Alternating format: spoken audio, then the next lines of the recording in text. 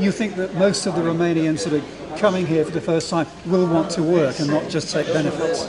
Oh yeah, definitely. Definitely. It's pretty expensive to live in London anyway from benefits. I don't think you can get a rent these days to live, if you know what I mean. For me, it's not a problem.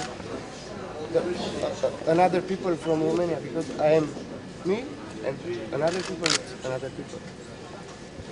This process has been going on for many, many years, and the kind of panic measures that we've seen, I think one order laid before Parliament just 10 days before today, the fact that we've not been able to discuss the immigration bill, all these issues could have been resolved if we'd had a little bit longer.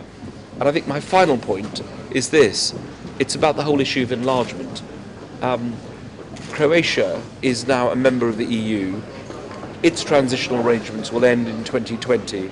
Turkey, Montenegro, Serbia are all countries that are going to start their negotiations or be candidates.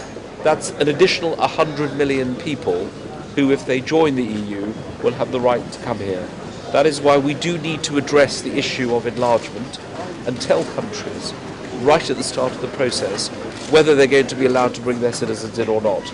As someone who started the negotiation process as Minister for Europe, I think we ought to have been clearer with countries at the start, thus avoiding this kind of harsh rhetoric right at the end of the process.